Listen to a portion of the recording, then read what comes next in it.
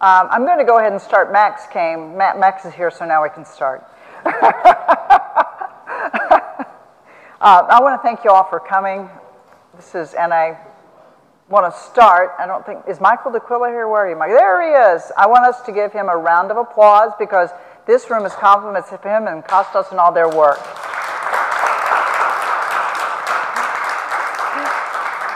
And that is along with this wireless mic thing that Phyllis, I know, put together. So thank you for this. This has been a while coming, and as I was sharing earlier today, don't ask because the ceiling just has a little bit of asbestos in it, but we've sealed it off, so we should be as safe as actually safer than we were before because we painted it over. So, but thank you for coming. I try to do these at least once a year. Trying to give you an update because there's a lot of things going on. We had a good group here this morning, and I'll start by saying that what you're getting ready to see is actually the result of all the work that you are doing.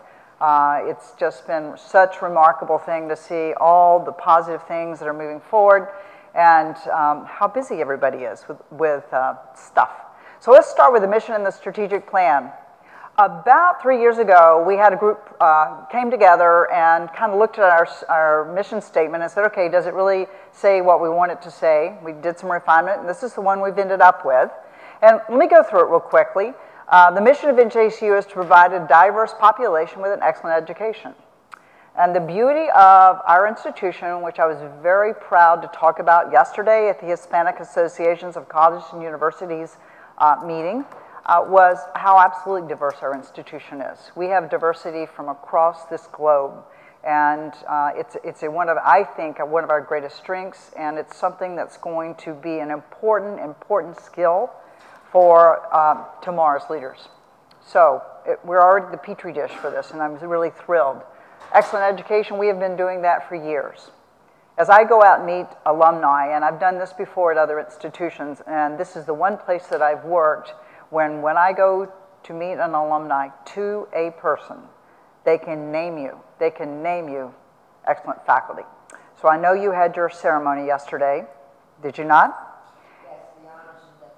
So they do every year at the Chandelier. I know it's spring when I get invited to the honors reception for the nursing program. And this is a very long-standing program that's been going on for a long time.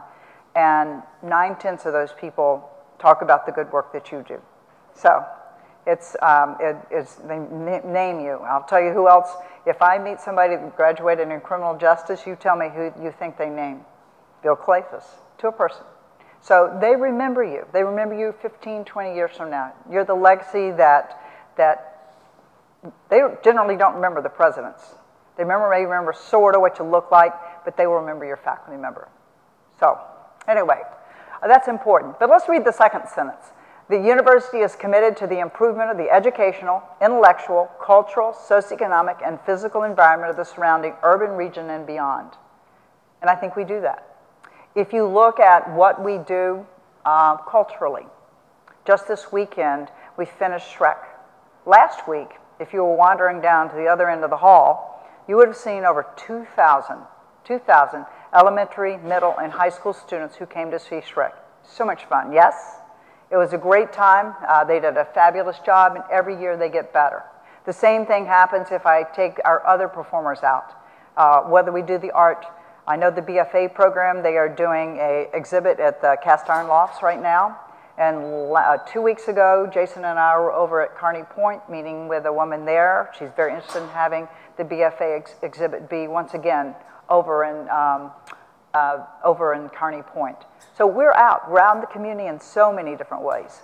Socioeconomically, if you look at the West Campus, we are helping to revitalize that part of the city through public-private partnerships, the funds of which will go to fund an academic building for us so that our students won't have to pay for it through their tuition. So it's a way to revitalize the city, provide an educational facility for our students, as well as a performing arts center for the community. So it's a it's a win-win for a lot of people around the community here. And the educational. We continue to revise our curriculum. I know we're putting a cybersecurity program through, which is really important. We are doing a FinTech program, which is critically important. I just keep naming all these. I think there's a master's program in nursing that got passed last year. I know there was one in elementary. Yep, that went, early childhood that went through. So these are important for us, and it's ones that we will really have to keep pushing on. I chair the Academic Issues Committee, which every academic program that's being done by a 2-year, 4-year, public, private, or for-profit institution in this state has to go through this committee, and I will tell you that there are probably 20 programs that get approved every month. And you multiply that by 9 months, that's a lot of programs. I think I shared a few years ago that Rowan University, over the period of 4 years, put over 45 programs through, which is a lot. But because of that, their enrollment, we've got students that are taking these courses that are needed in the community, and it's been a real win for everybody. So it's something we're going to have to continue to work at, but we'll keep pushing it through, and I want to thank Chris for making sure it gets to the Senate in a timely manner, because I know you do. So let's look at the 4 goals. We worked on this strategic plan a number of years ago. I know that a lot of you were involved in it. First is enhancing academic excellence. We've noted that there have been remarkable things that the faculty as well as the students are doing, and Jason and I in our spare time are going to work on trying to put together a publication that we can get out either electronically or hard copy or both, that shares all the accomplishments of our faculty as well as the accomplishments of our students. Just this weekend, I get an email from a group of students who had gone and done a competition, a hackathon at Montclair State. Once again, they won first place. Not a week goes by that I don't hear of something really remarkable that our students are doing. They are exceptional.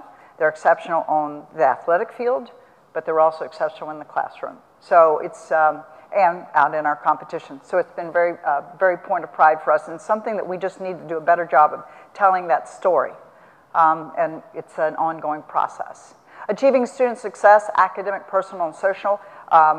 Sarah was at this morning's session, and I was pleased to see all the good work that we're doing in terms of making sure our students retain and that their needs are met. I know there was a concern with some students earlier this fall that there wasn't enough mental health help, and that is true, by the way, across this country.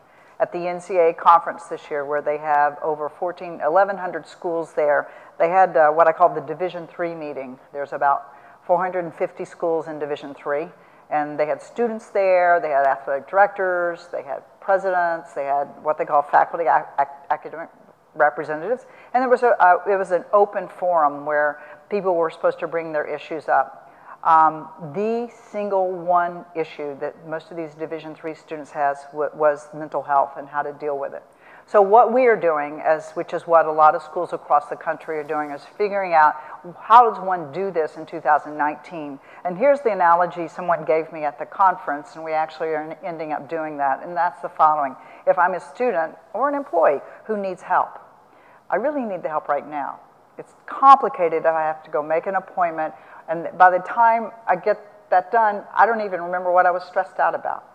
So a much more 2019 version of this is to do things in a more online fashion or do it more electronically through Zoom conferences. So there's an updated way that a lot of institutions have started doing, and that's something that we are beginning to implement, which I think will do a better job of meeting the students' needs today. So that's something that we're working on. And I'll talk a little bit more about some things, or have Jody talk, I don't know, there she is, a little bit about some of the things we're doing, the students are doing that will help the community. Enhancing resources and the university's capacity to achieve its vision. Enhancing resources, I'll be talking a little bit about this later on, but what we need to do is to understand that the state has given us the same amount of money, literally, the same amount of money for the last 10 years.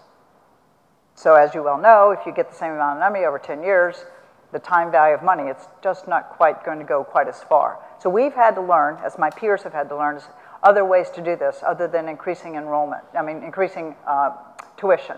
So we are beginning to do, yeah? I'm just curious, is there some kind of proposed change in the state funding formula that's going to take into account students and their socioeconomic status? So your excellent question. So the governor has come up with $35 million that he's squirreled away from various places, and he's going to give that as a bonus. Like we get about $22 million, correct? correct me if I'm wrong here, about $22 million base appropriation, but it's been the same amount forever. So they take three factors into account. How many students do you have, the socioeconomic status of your students, poor students, and then that's Pell eligible. What kind of diversity you have on campus? So far we're winning the lottery. Third factor, how many diplomas do you give out? Which is tied to your graduation rates. So based on the first two, we were able to get some. Based on the third, not so much. And I don't know how they weight the three, but Montclair said we got about $1.5 million, and I'll explain to you why we took the $1.5 million, put it in reserves, because I'm trying to get accredited next year. But Montclair, for example, I think they got about $2.5 or $3 million. So, but the other flip side of it is they're going to do just as our accreditors are going to do. They're starting to look and say, okay, what are your graduation rates? What are your retention rates? So everybody's really laser focused on this. This is something that Zakira was really adamant about, when she is the head of the higher education for the state of New Jersey. And she said, if you have a student who comes to you for 3 years and leaves you, they have left with no degree and they left with debt. So that's a really bad situation. So she's very adamant about getting students across the finish line, which is good.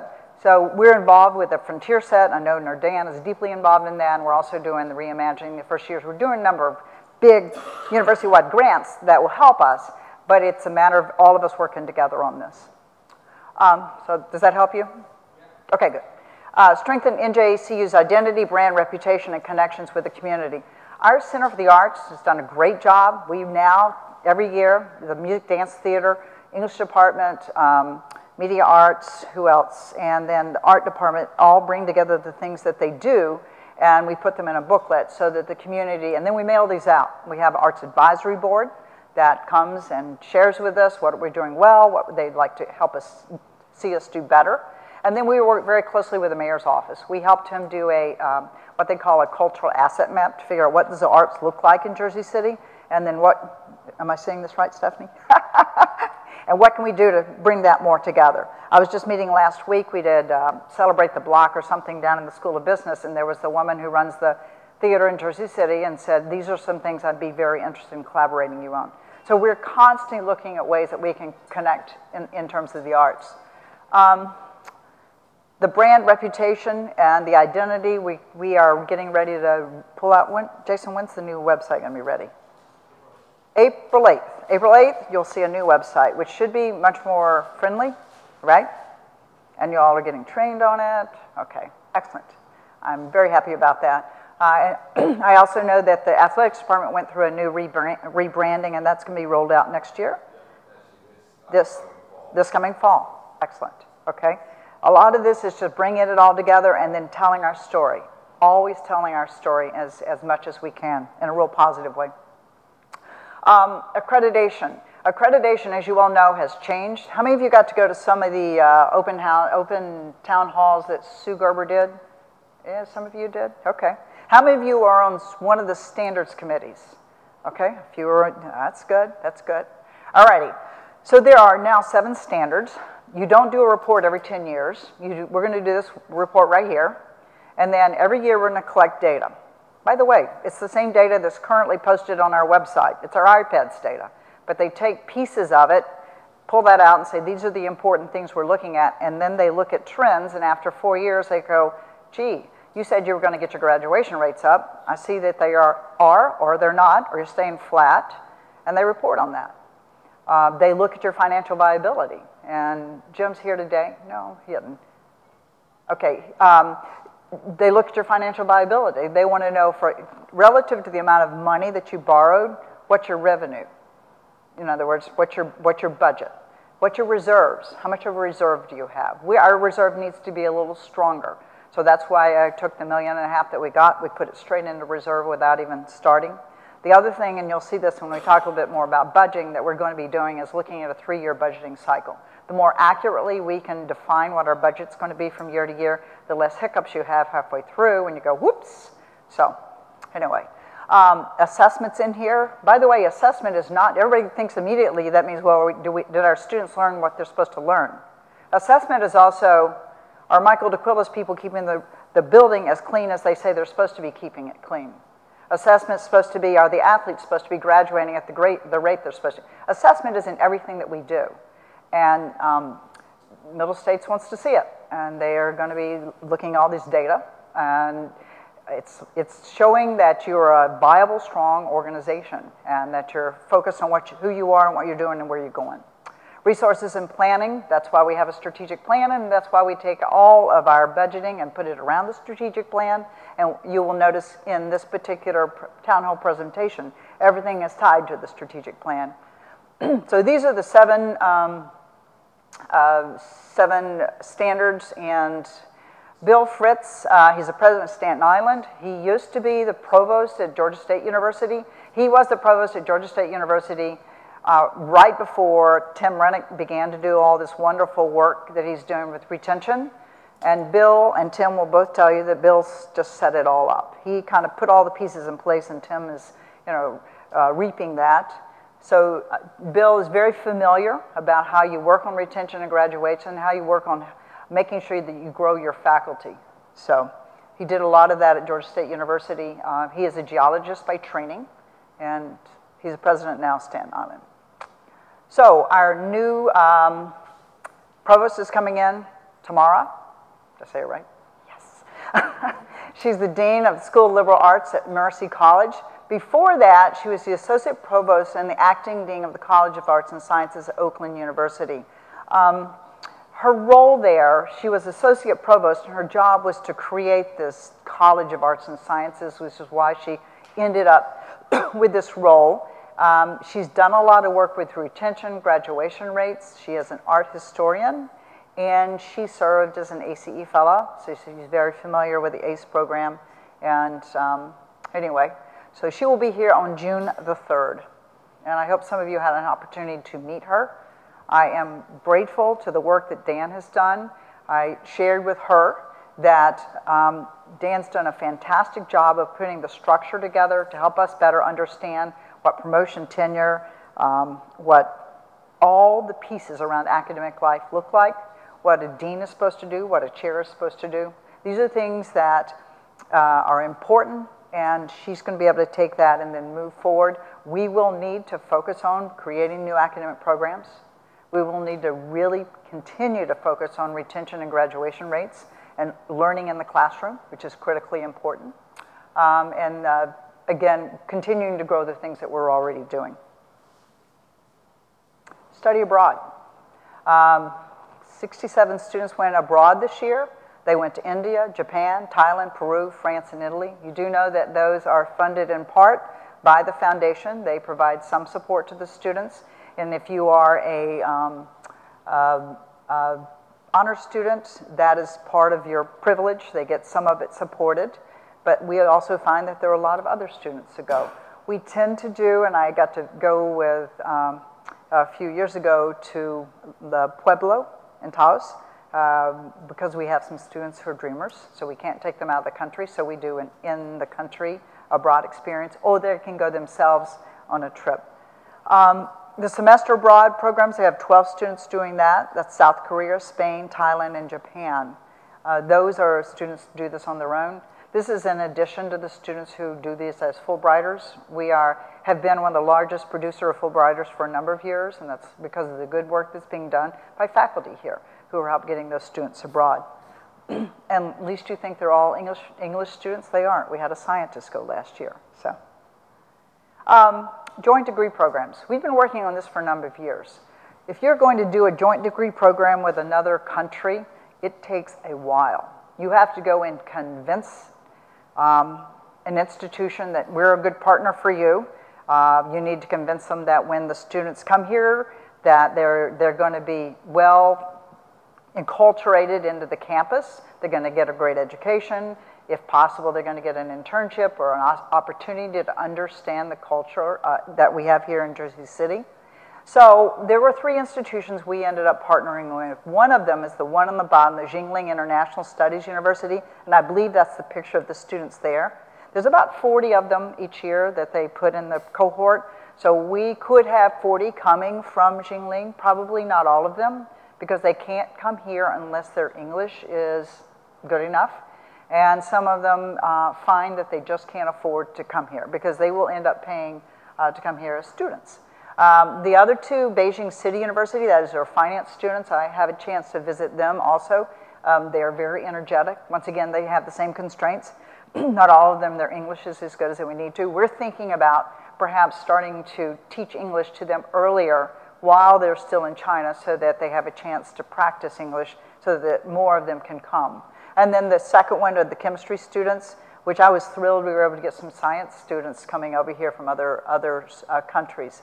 So these are three particular institutions that we're working with. I think it's a total now of about 120 students that are there. We probably will end up anywhere from 30 to 50. We need to make sure the first year they feel welcome, just the way our Indian students feel welcome and our students who come from other countries feel welcome. And then they'll bring their peers or they'll come otherwise. Every year we bring in about 3 to 5 Indian students whose probably income, they wouldn't be able to come by themselves, but I have a donor who pays for them because he thinks it's very important for them to get this education. I had a chance to visit them in this January and go to their families' homes, and I truly understand why. They come from incredibly modest means, and as I was sharing with somebody yesterday at the haiku meeting, I said, how many of you have a peacock in your backyard? But these people do, because they're wild. They're like putting a robin in your backyard. They're just, the birds show up, so as do the monkeys. And it's just a very different culture than here, but it's a wonderfully warm culture, and the students have done very well.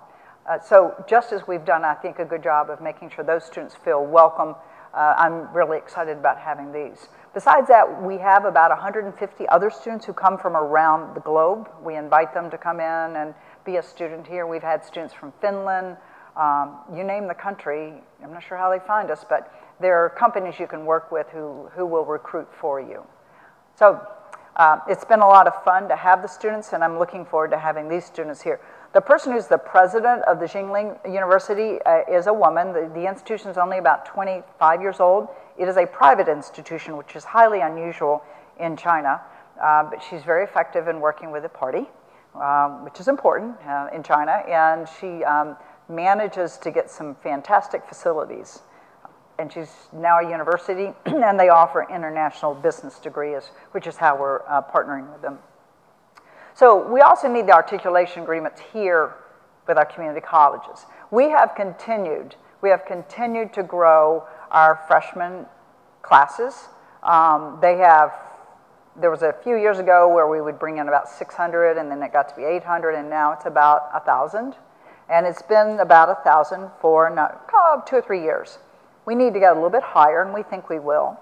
Our graduate programs, thanks to the good work that's being done by the faculty and the deans, we're starting to get more graduate students. It dipped for a while. You have to stay really aggressive and assertive. So that seems to be doing well. The place where we're really losing market share is with the transfers from community colleges. And by the way, that used to be over half the students that came in every fall came from transfers. And that's not where it is now, partly because we're bringing more freshmen in, but also because we're losing market share to places like Montclair, Kane, and Newark. So we have got to figure out ways to get more of them here. So we kind of looked and said, well, how is it that St. Peter's gets them? How is it Montclair gets it? And it is through relationships. And it's not through my relationship with the president there or with the dean or with their vice president of academic affairs. And it's not with admissions. You have to have that because you can't have without it, but it's really through the faculty. So I've been thrilled to see that a lot of the faculty here have been reaching out to other two-year institutions and working with them. And I'll give you some examples of things we've been doing really well for a long time. If I want to get security studies at Middlesex Community College, I know I'm going to finish and go to NJCU. And that is because of the relationship the faculty in security studies have established with the students and the faculty at Middlesex. We are doing that in some ways with Brookdale. We're trying to strengthen that even more. We noticed we dipped a little bit in our business faculty a few years ago, and that is because I'm convinced that Rutgers, New Brunswick, has really strong relationships between Rutgers, New Brunswick faculty and the faculty at Brookdale. So we're working to strengthen that back. The president of Brookdale would prefer us as a partner, and he doesn't want to see us lose market share. We do a very good job when the Hudson County Community College Nursing RN to BSN program. This is an agreement that we did where the students will finish their degree there at Hudson County Community College. And that's important because so many of them get there by public transportation, and that's the end of the bus line as well as many of the trains. So it's a little bit easier for them than coming down here. So I'm grateful for our nursing department to be willing to do this, because that means our faculty have to go up there and teach the courses. We have a new dual admissions with Hudson County Community College in early childhood education, which I think will really help us. And then we have the dual admissions program with Middlesex and security studies. We are also working on strengthening our relationships with Mercer. Bergen is a real ripe opportunity for it. It is probably the largest, one of the largest community colleges in the state, and it's one where we really haven't kind of gone up there with our faculty and said, okay, what are ways we can partner? They have very strong sciences. They have a wonderful honors program, and nursing, I think, is strong. Health sciences. So it's one where we haven't done that one yet. And actually, even Union County College, the president there is very eager for us to be doing some partnering with them. So it's just it takes a while, and then the end of it is you get one of these. And then once you get one of these and the relationship's there, then the admissions people can go in and make sure that they're doing what they need to be doing in the classrooms to go and visit, as well as the partnerships with the faculty. The last two are things that everybody in this state has done. Everybody in the state has a blanket credit for general education for students with AAS and AS degrees from out-of-state institutions. It's a way where we can make it easier for someone to come to us from another state and transfer in without losing credits. And the last one down there is the reverse transfer initiative. That basically says if a student comes here after 1 year and we know it and they want us to reverse transfer these credits back to Hudson County Community College, for example, then they could end up with a degree from Hudson County Community College even though they're our student here. Because Hudson would like to say, look, I educated them for 1 year, they're still sort of our student, could we get some credit for it? So the reverse transfer initiative is something the community colleges are interested with, and it would strengthen our relationships with them. So, is Jim White here? No, Jim is not. All right. Jim White is does everybody know Jim? Anybody not know Jim? Jim has been on the road doing a lot of budget meetings, and I'm grateful for his work. He comes to us from Berklee College of Music, Suffolk University, MIT, and Harvard Medical International. And I tell the story frequently that his first week here was fascinating because we were trying to figure out some of the financing of the Performing Arts Center, which is a pretty complicated budget model. And he had some great ideas for us. And he's been a really good problem solver in terms of helping us put things together. So if you have something you need fixed that has to do with money, call Jim. He's been a CFO, comptroller, and AVP of finance, and these are his degrees. He will be going through the budgeting process. He's met with every department, I think. How many of y'all met with, Louis? How many? 50? 100? 50. 51 to ones. So you've budget trained, you did those, right? And then you've met with 50 departments. Yes, that's excellent.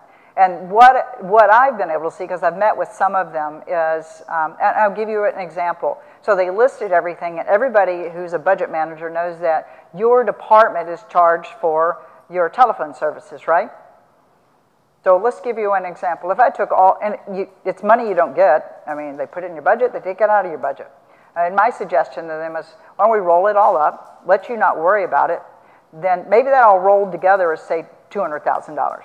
Could I get this cheaper by doing voice over IP, and instead of putting 20 phones in your office, maybe you'd be happy to have 5. So it would be a way that the institution could get some savings if we could think about doing this in a more holistic way. Because at the end of the day, you don't get the money anyway. It's money in, it's money out. So I'm hoping that they will take this and look for more efficient ways for us to do this. It would be the equivalent as, just trying to do this more efficiently. Okay, so budgeting and finance. The past is, the accounting is what you need to do once you know what your budget is. You need to know, record it, report it, and analyze and audit. Those are important. Absolutely, those are important. The auditors come every year. They just finished doing their review, which, by the way, and I'll just go ahead and tell everybody, one of the things they're looking at is time and leave. And it's fascinating. It's time and leave for everybody from the people who work for Michael, who are hourly employees, to me. So Virginia, every week or every 2 weeks, she has to approve my timesheet. And the way our timesheets are done here, she has to make sure that if I went out on vacation, or I was on sick leave, that she marks that and that it's accurate. So what we need is the employee marking it correctly and the manager making sure that the employee did it correctly.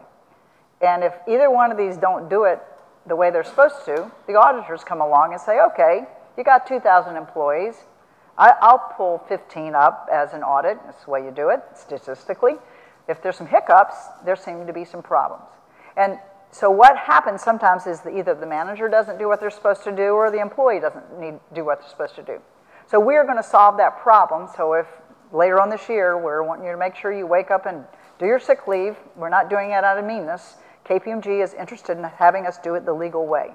And I think you could understand how this could be abused to understand why we need to be sure that we're keeping it clean. So, all right, so that's the past. The future is this. The future says, all right, what do you think enrollment's going to be next year? What do you think which means, what do you think the retention's going to be? What do you think new freshmen coming in, how many do you think those will be? How many of those will be, how many of those are we going to give scholarships to? And how much money are we going to give in scholarships? See, most institutions may offer, I'll give an example, maybe they'll offer $5 million in scholarships, but really only end up giving 3 because not everybody shows up. But it's a game. You kind of have to figure out how you're doing it. And you want to be as precise as possible. And we're pretty good.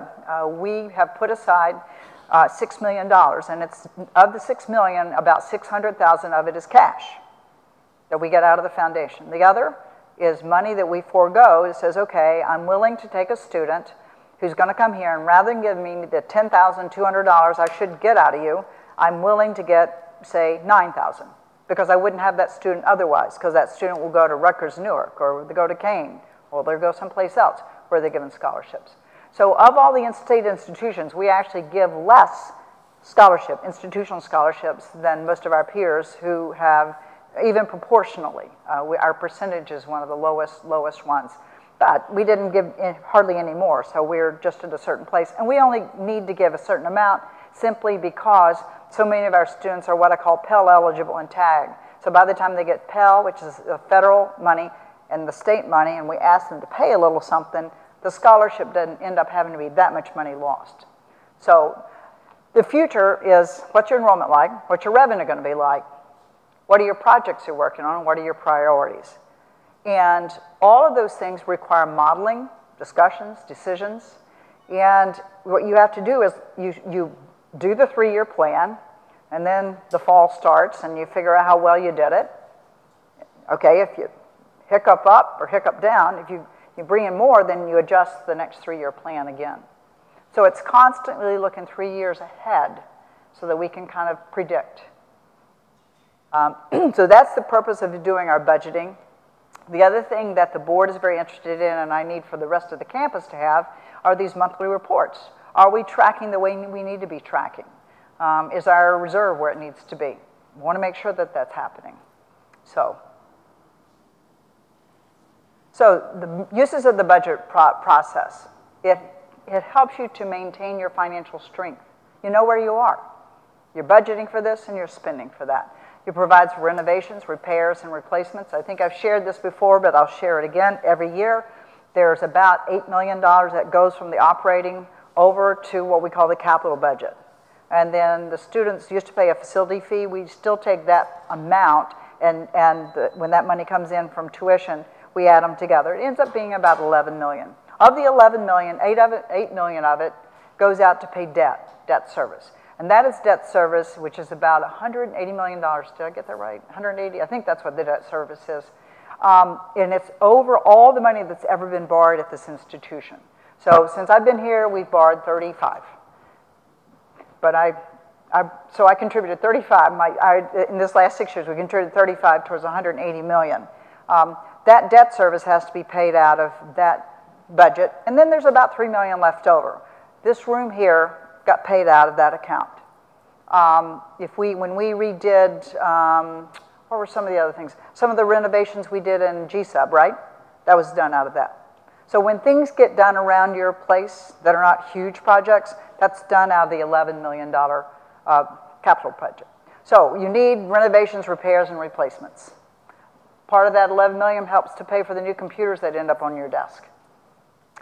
Insulate the institution from potential financial risk, unanticipated and uninsured events. I was thrilled to know when I first got here, and I had Aaron, sat down with Aaron, and I said, tell me about our insurance. We have very good insurance coverage, and the reason I know that is that when we had Sandy, we did not have huge hiccups because our deductibles were pretty reasonable, which is good, and many things were covered.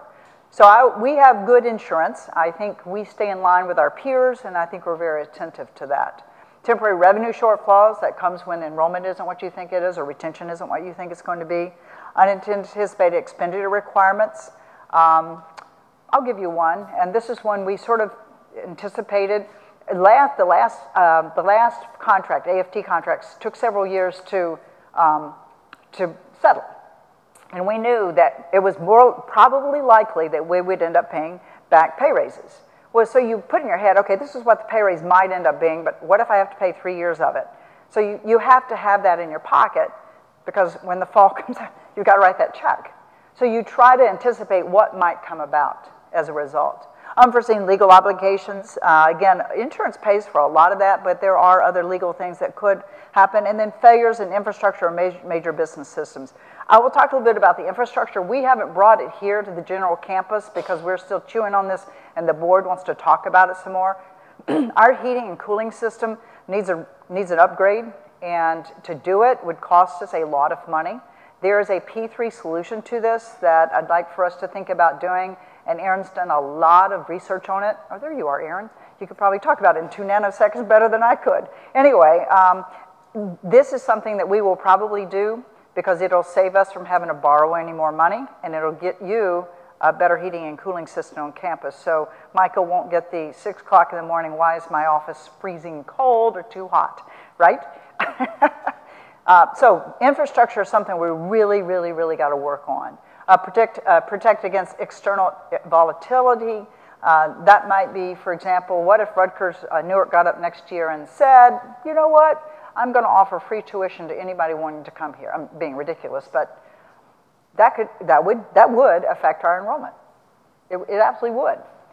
Provide a foundation for debt management and issuance. I've talked a lot about what our debt is and what we're doing to make sure that we're paying that in a good measure. And then a flexibility in planning. The more you're looking ahead, the easier it is to figure out today. So, okay, budget process provides a forecast of planned revenues, spending, and savings. Absolutely. Tools for allocation of current and anticipated financial resources. It's a means to promote good management because it's, you know, you budget for what you're going to be doing, and it's a controlling instrument and a method of communication, and it reflects our values. We have, over the last few years, really invested in student success. We have invested in how to make sure that we retain students. And you can invest physical things and you can invest people, then you got to get them all working to make that happen. And that's sort of where we are right now. We've done a lot of the financial investment. Now it's getting the behavior to where we're, okay, we're all focusing. We're getting there. It's a long-term project. Finally, this is the planning process. Louis, you want to talk 2 seconds about it?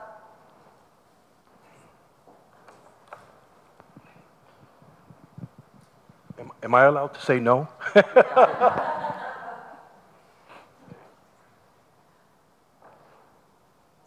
Wow. It's what you're doing. How about if I don't look up there and I just talk about what I'm doing? Yeah. Okay, so we are... You got to hold it up here because there's people streaming in. I've met with a lot of you to discuss how you plan to spend your money or our money for the next year. We've been planning. We've gathered all your information, and we're submitting to the president a master budget with all the expenses for the university, and I'm not prepared to talk up here. Everything from Aaron's shop, getting the capital budget together. Everybody requested money. We put in the capital together. Once it's done, the the president will discuss all the requests. And once, oh my God, I haven't done Toastmasters in such a long time. Once the requests come in, you know, they're gathered. After they're gathered, the requests are provided to the president, to the vice presidents. The vice presidents choose which projects they want to take on for the next year. My voice is leaving, and I think I feel like I'm about to faint. And once that's done, we'll know how much money we're going to spend in capital for fiscal year 20. We want to do the same thing for fiscal year 21 and 22, which we really haven't done that. In order to do so, we're going to need to project how much money we're going to receive in 21 and 22, and go through the process again. Only this time we want to do it a little sooner. It takes a lot of time. Right now, it took us maybe 8 weeks. In the past, it's taken about 3 months, and we started the process somewhere around November. Well, we want to do the same thing this year, but for 2 or 3 more years. So sometime in November, we'll be doing the same thing we just went through, gathering all the information, sitting down with you guys, talking about your plans for the next 3 years, putting that together, and presenting something to the president. I don't know, is that, did I say? That's it. Yeah. Right now, what we're going to do is, with this master budget, once it's done, once the president's looked at it, we're going to open up the budget again so that people could go back to their budget reports, make changes if there are changes that need to be made, and then do a second take of the master budget and present a draft to the Board of Trustees so that they can see where we are planning.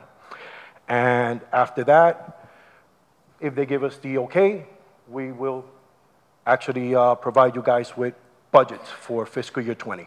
Yeah. Good. Did I? No, you did perfect. Any questions? No? Thank you. Good job. Just turn it off. Yeah. I don't want to do all the stupidness. Isn't off? Oh, there we go. Okay, I can just put it down. Thank you. Yeah, he lives and breathes this stuff. All right. I want to ask Aaron, if you would, to come up here and talk a bit about the next few slides. He's been really busy.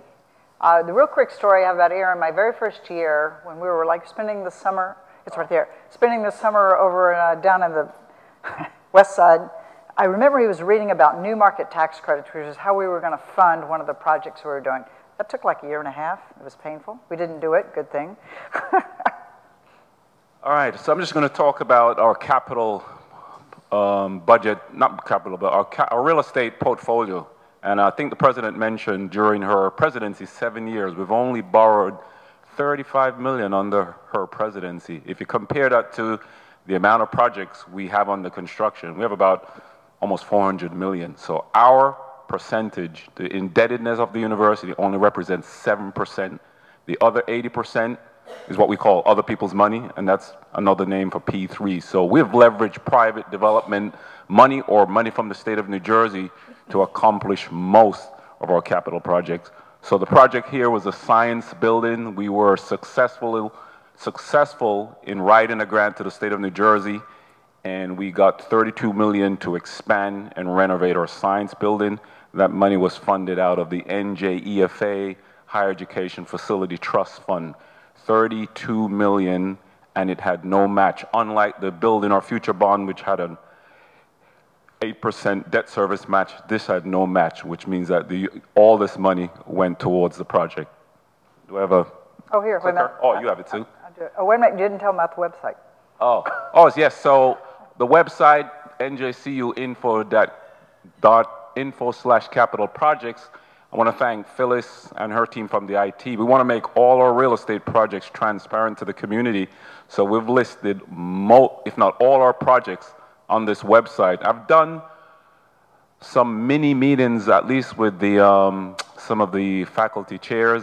Dana's invited me to the Provost Council. So I've done some mini town hall meetings just to talk about our real estate portfolio. But we'll have full transparency on all our projects, not just grant-funded, P3 funded, NJCU funded. We'll list renderings, timelines, critical milestone, completion date, sources of funding. So that will be there for everyone's view.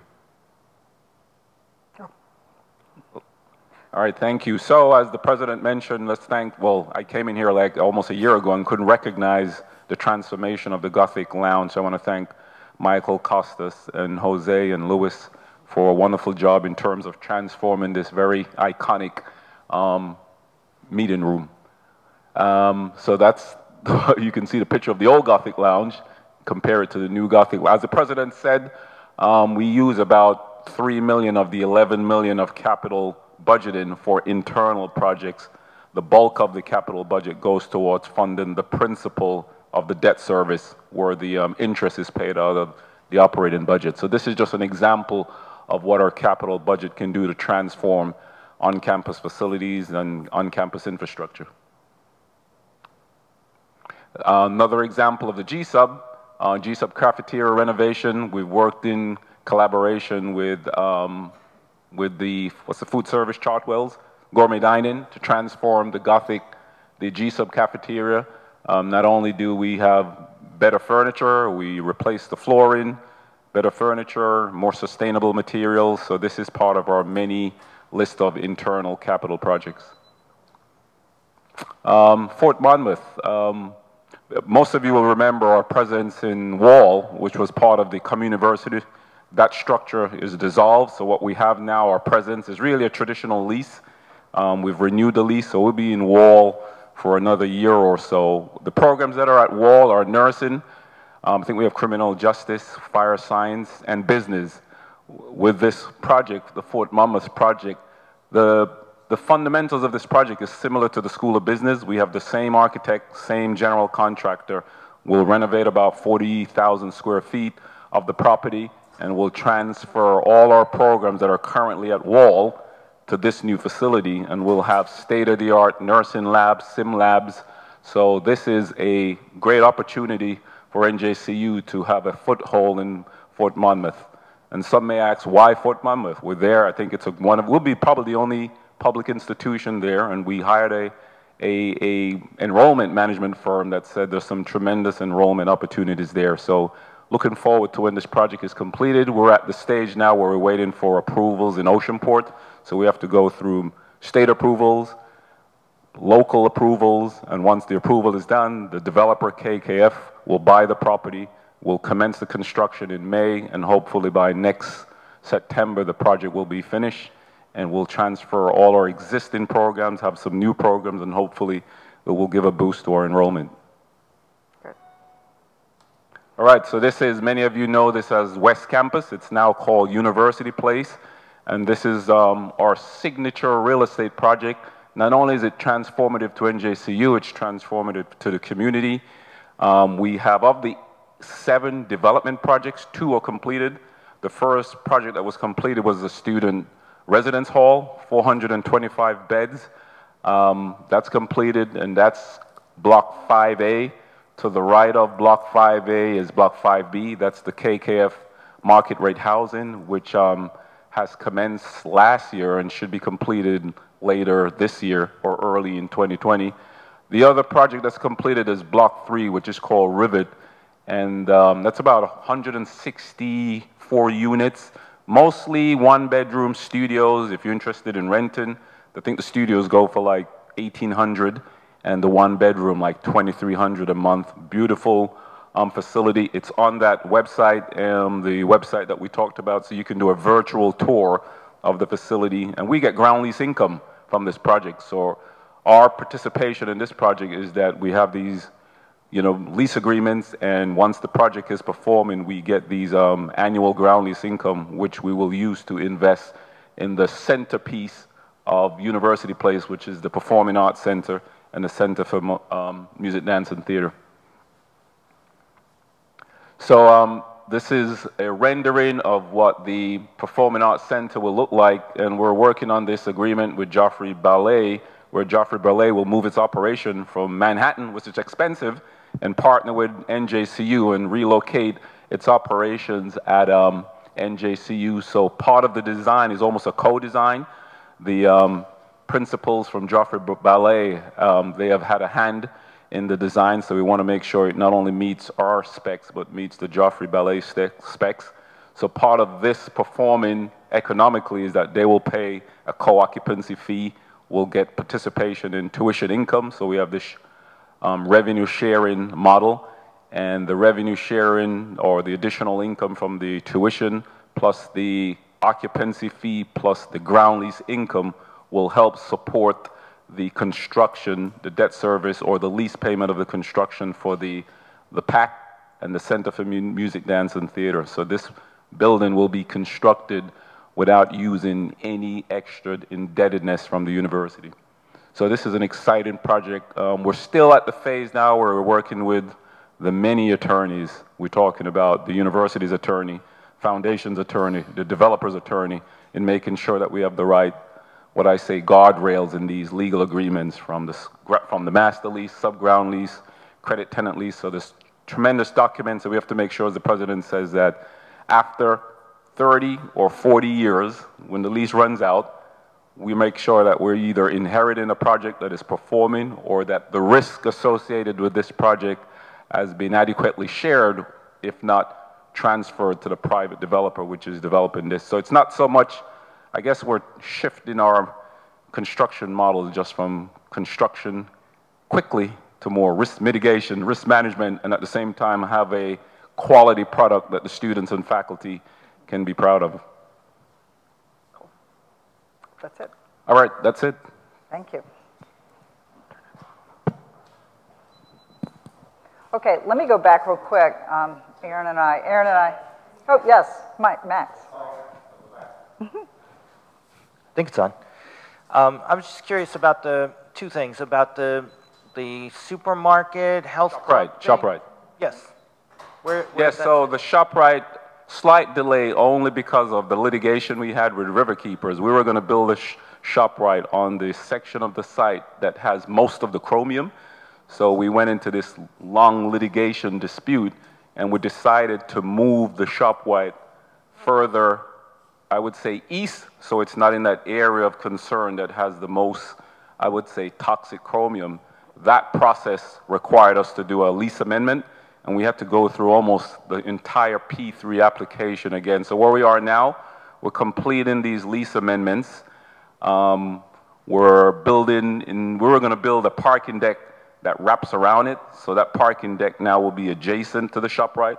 So because there have been substantial design changes, we had to reapply and get special permission from the New Jersey EDA to make sure those changes have been effectuated. So we intend to start that project by spring of next year, and it's about a 2-year construction. So slight delay due to litigation reasons, and so we had to go through the entire approval process again. So ShopRite will be coming. And you also mentioned the P word, which is always of interest to our faculty and our students. Where are we going to be parking? So parking, oh, good question. Part of that project where you see Carbon Place, that white section there in the middle, which is, I would say, north of Block 4, will have a 2-level garage, and we're thinking of whether we should expand it and add more, depending on the demand and our projected demand for that site. Block 7 is still available. University Place is also parking. Gothic Knights Road is parking. And we also, as I said, we're planning on adding parking structures to meet the demand of University Place.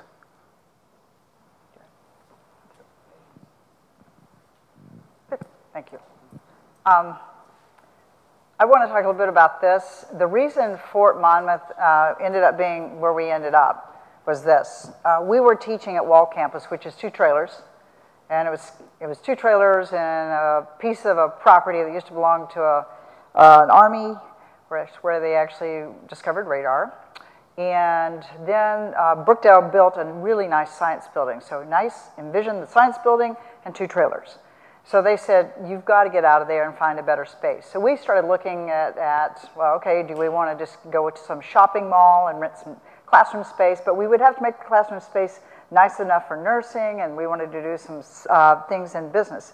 Then Monmouth, Fort Monmouth, the Army gave that whole fort to the county of Monmouth. And they said, we want you to do a lot of things here. We want you to bring technology companies here. We need for you to have fields. We want you to have housing. We want you to have spaces for people to do recreation. And we want you to take up the whole piece of property. We want you to take 22 acres, which was maybe a tenth of the whole piece.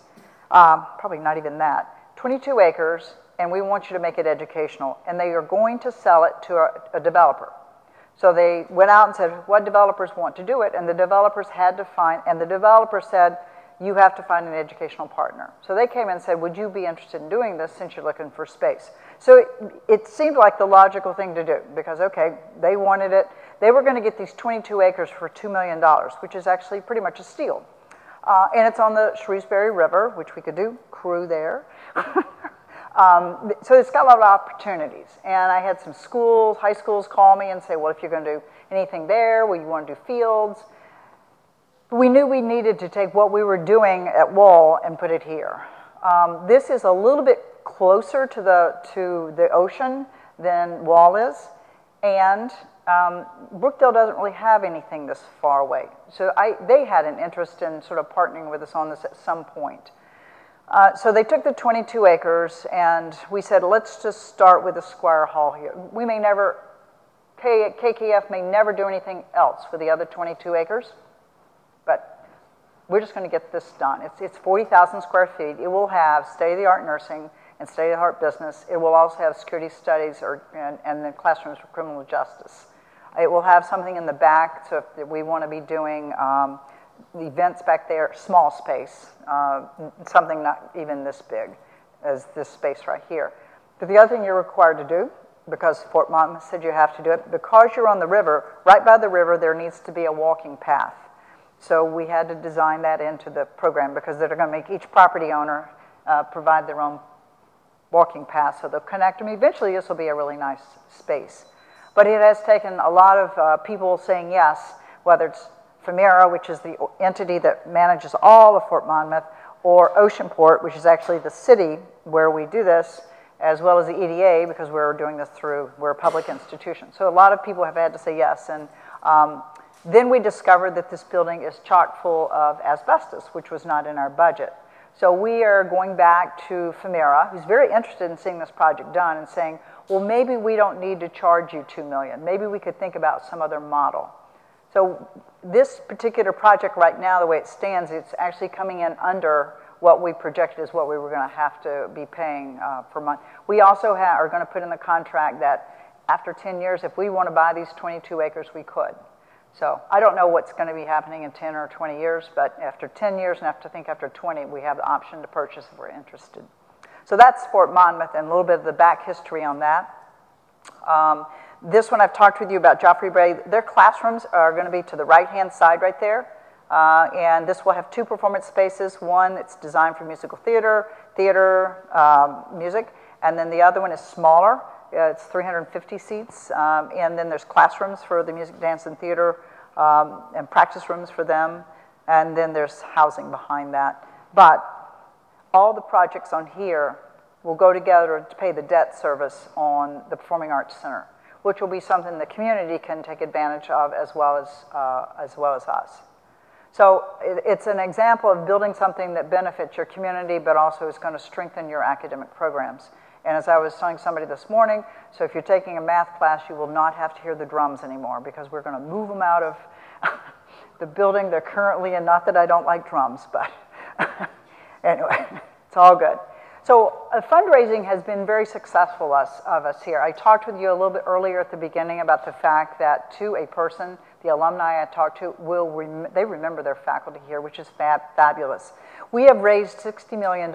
We called it a comprehensive campaign because, like they did at the City University of New York, CUNY, they took it and said, let half of it be public money and half of it be private. It's a way to sort of incentivize some of your private donors to give.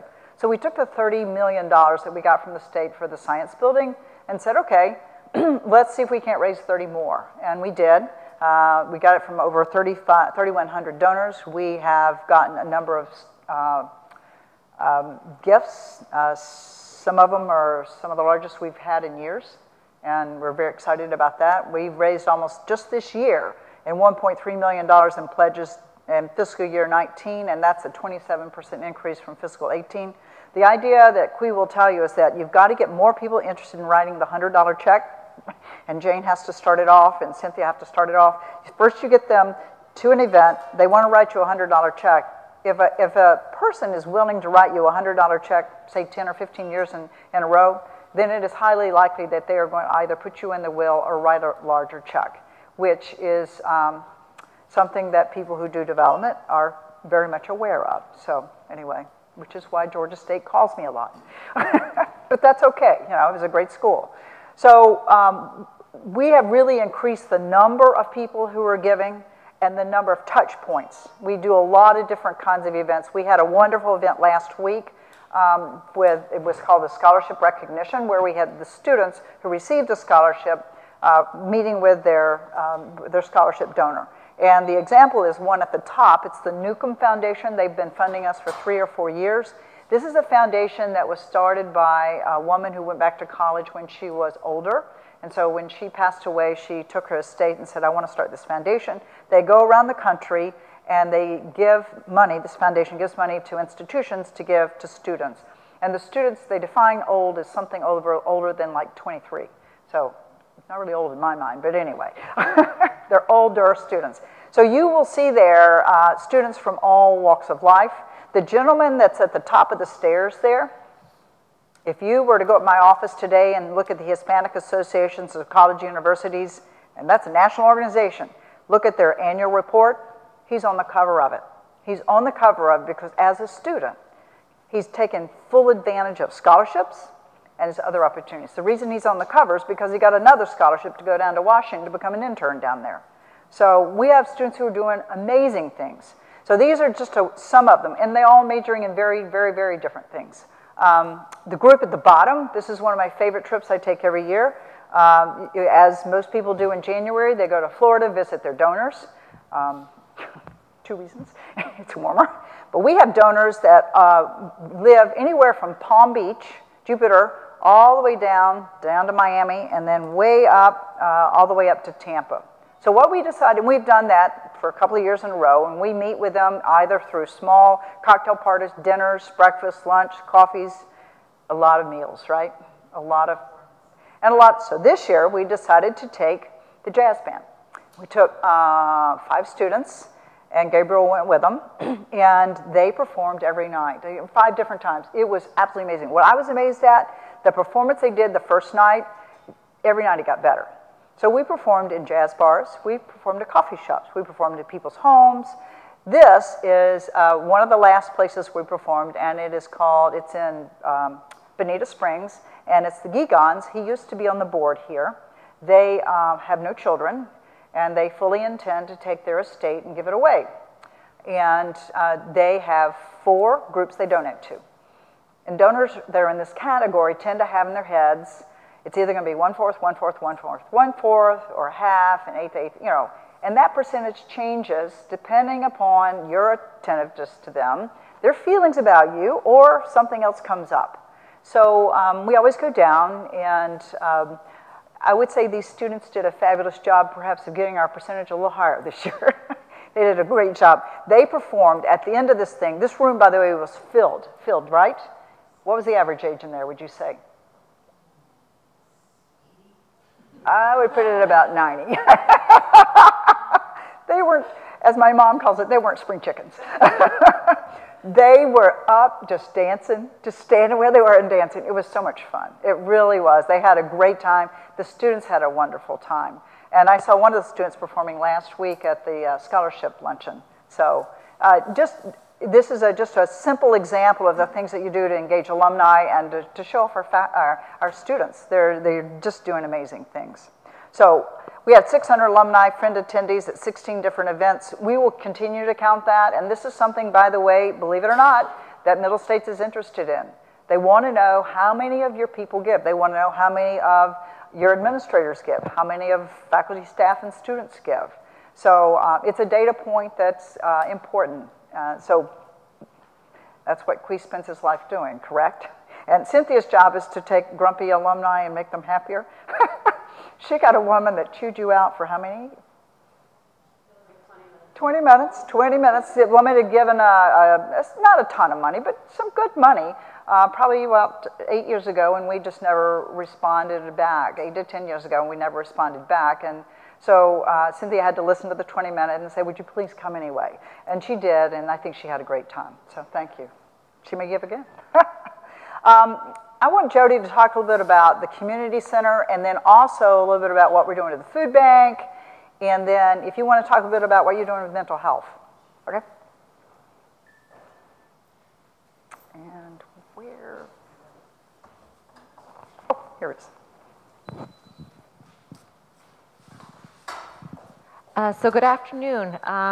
The NJCU Community Center really started with the food pantry on our campus. About 2 years ago, we did a needs assessment of our campus and found that a majority of our students struggled with food insecurity. And so with that, really through the good work of Rob Quinones in the Center for Community Engagement, we opened up the NJCU Food Pantry starting in October. And since that point in time, we've had over 1,300 members of our community visit the food pantry, and it's open twice a week and at any point in time where if there's an emergency that somebody's able to go in. Through the food pantry, we recognize the fact that our students also require a lot of other social services. They require help with paperwork for undocumented students or dreamers. We have students who are in need of clothing, who are in need of financial literacy in terms of ESL, working with our staff like in the SOAR office for filling out their financial aid paperwork. There's a lot of social hindrances that keep our students from becoming successful here at NJCU. And so part of the framework was that if we are able to get some of those issues addressed, then we will be able to help them persist through classes. So the community center was done in partnership with Robert Wood Johnson and with New Jersey Campus Compact, where in July of last year we put in a grant application for about $25,000, and we actually received that. We received that award, and then we matched it through the Division of Student Affairs and Enrollment Management with another $30,000. And so with that, we were able to hire student workers to work as our data collectors in terms of the needs of our students.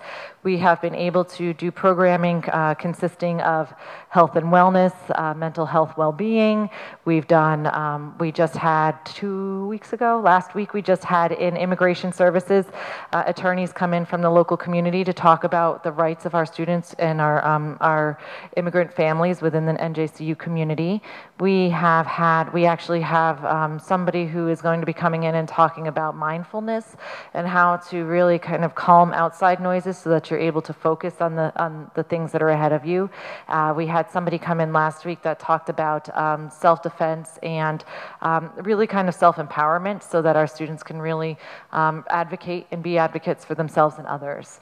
We're also offering, we've partnered with the Masters in Counseling program where once a week we have, it's called the Lunch Bunch, and we have 2 master's students who sit and do programming, who do conversations about anxiety, depression, relationship issues. We have a following of about 15 to 20 students each week that go and sit there, and we provide lunch and a place for them to go to ask questions, to be able to kind of express some concerns that they might not generally be able to do. And we're continuously building off of that with a variety of offices. So for instance, in 2 weeks, a number of our offices are doing Narcan training in conjunction with Jersey City and the Public Safety Office. We have been taking a look at the issues that our students have through our ACEs program and working with them in terms of academic security, book vouchers, and meeting and hand-holding them to get to them to the tutoring centers. We're working with taking a look at lactation spaces on campus and services for students with children so that we're really able to address a variety of cross-cuts of our community. So that's kind of the community center. Some of the other things that we were talking about are the social services and the well-being of our students on campus. We are in the process of working with a consultant to come in and take a look at all of our counseling and wellness services that we offer on campus so that we can be able to see where do we benchmark against the rest of the institutions in the country. That'll be happening the second week of April. We are taking a look at what we offer for services 24 hours a day. So after-hour care, what do? We have 600 kids who live on campus with us almost 365 days of the year. So how are we helping them with their concerns, with their pressures, and with their needs as well?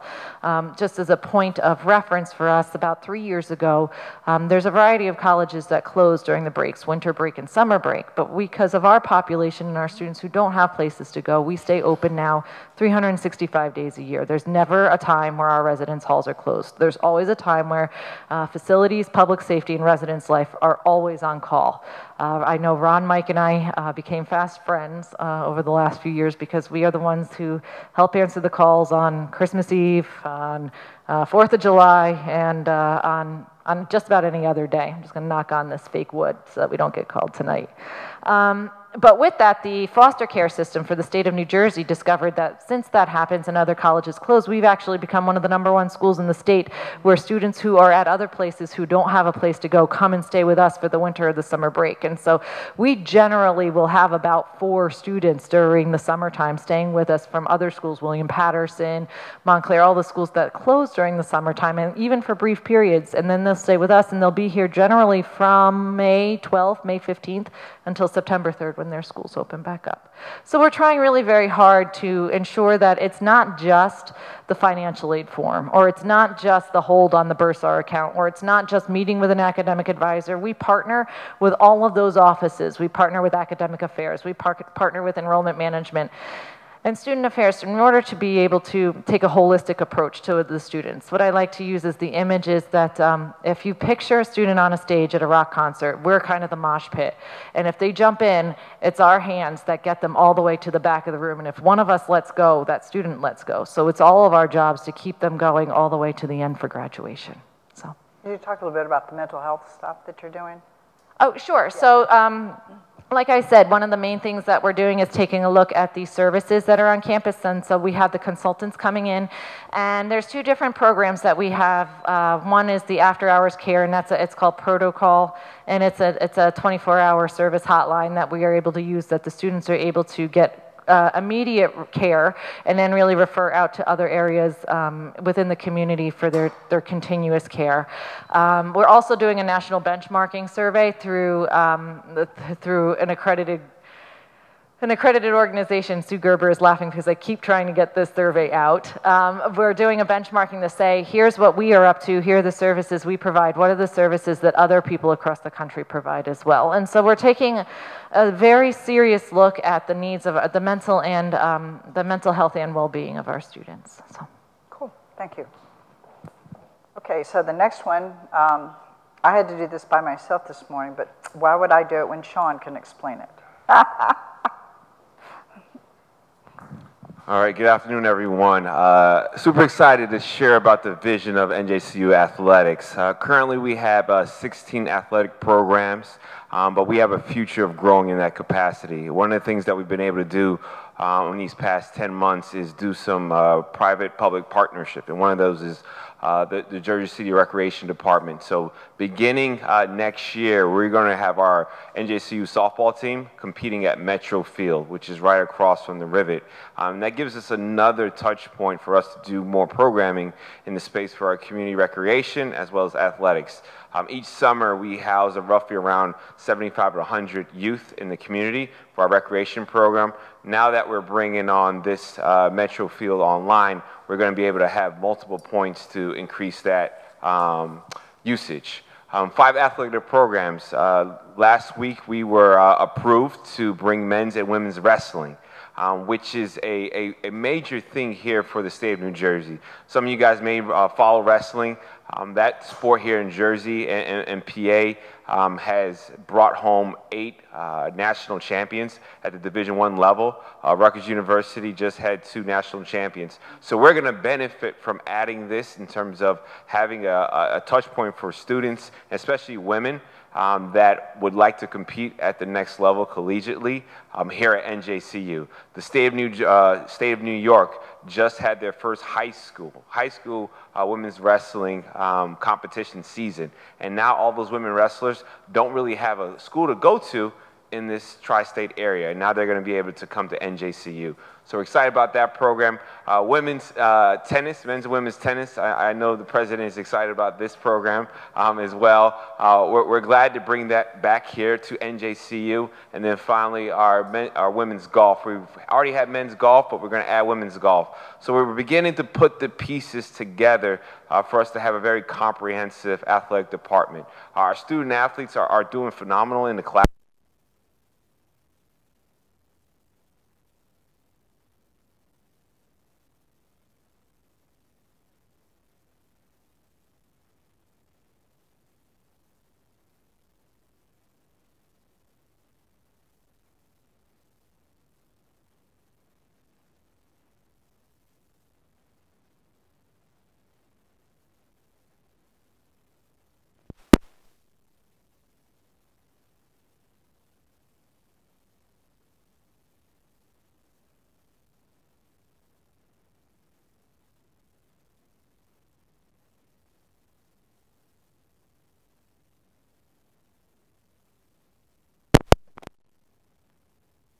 Those are the key initiatives that are taking place in athletics. I don't know if there's another slide. Oh, no, that's not you. All right, perfect. Thank you.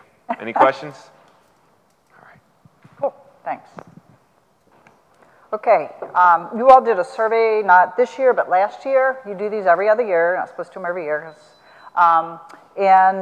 This is the great colleges work for, and based on it, we have a couple of task forces that will start up next fall. Those are the respect and appreciation, and then the shared governance. I can share with you with the senior leadership, one of the things they wanted us to do is working more as a team. So the team didn't go camping. I like camping, they don't. So we went on a retreat, which I think was very helpful. One of the things that came out of that retreat is there are very specific things that we've agreed to do with each other, and that is to hold each other accountable and to work closer as a team. And we're holding ourselves that way because we think we'll do a better job of serving our campus community if we're doing our job. The communications collaboration is something that Jason and I have been talking about, but as I said this morning, this is a group project. All of us have to know whether you're going to the grocery store on Saturday or Sunday at the Chandelier. Every day is an opportunity to talk about the school. I was speaking with a student this morning after the morning session, and she said, I came here because of the way I felt when I got on campus.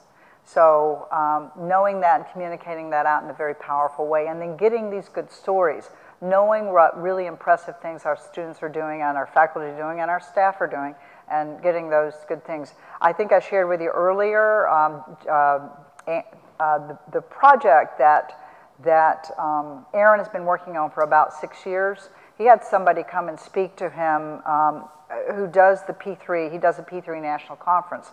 And after Aaron had explained it to him, he said, there is only one other school in the country that's got this much, meaning that 400, it's a huge project that we're doing on the university place, he said, and that's Arizona State. He said, you're really a leader in the country in doing these things, and it has taken a long time because you have to understand it, and then you have to be willing to go to all those those planning board meetings and talk to politicians and make sure that at the end of the day you're building the building that the faculty and the students need and the community needs. So anyway, we've just got to do a better job of telling our story, and then performance management and accountability. Julia is going to help us make sure we get our AMPI one more round up so that we're working well on that. I think that that's going to be an opportunity. She's very excited about putting something together that's a leadership development program for our managers, which I think is a fantastic thing. And then the resource constraints, we're already working on that. A lot of you are doing a lot of very entrepreneurial things. Sean was talking about the summer camp he's doing. I know the music, dance, and theater program is doing something that will bring them some revenues in. And to that point, if you got to see Shrek over the last 2 weekends, if you were here last week, there were over 2,000 high school, middle school, and elementary school students, 2,000 that were here. That's 2,000 touch points of students who came with their teachers who said, oh, this is what NJCU is all about. It's a stunning set. It's really nice. They've done a great job with it. So those are just small examples of things that we're doing to make sure that we're out there in the community and that, you know, we're who we are. It's something to be very proud of, but again, trying to find other entrepreneurial ways for us to be bringing revenues in. So that is a project that we're going to be working on, I think, Sue, that's fall fall of 2019, correct? All right, and I think that's it. Do y'all have any questions? Yes. Uh-huh.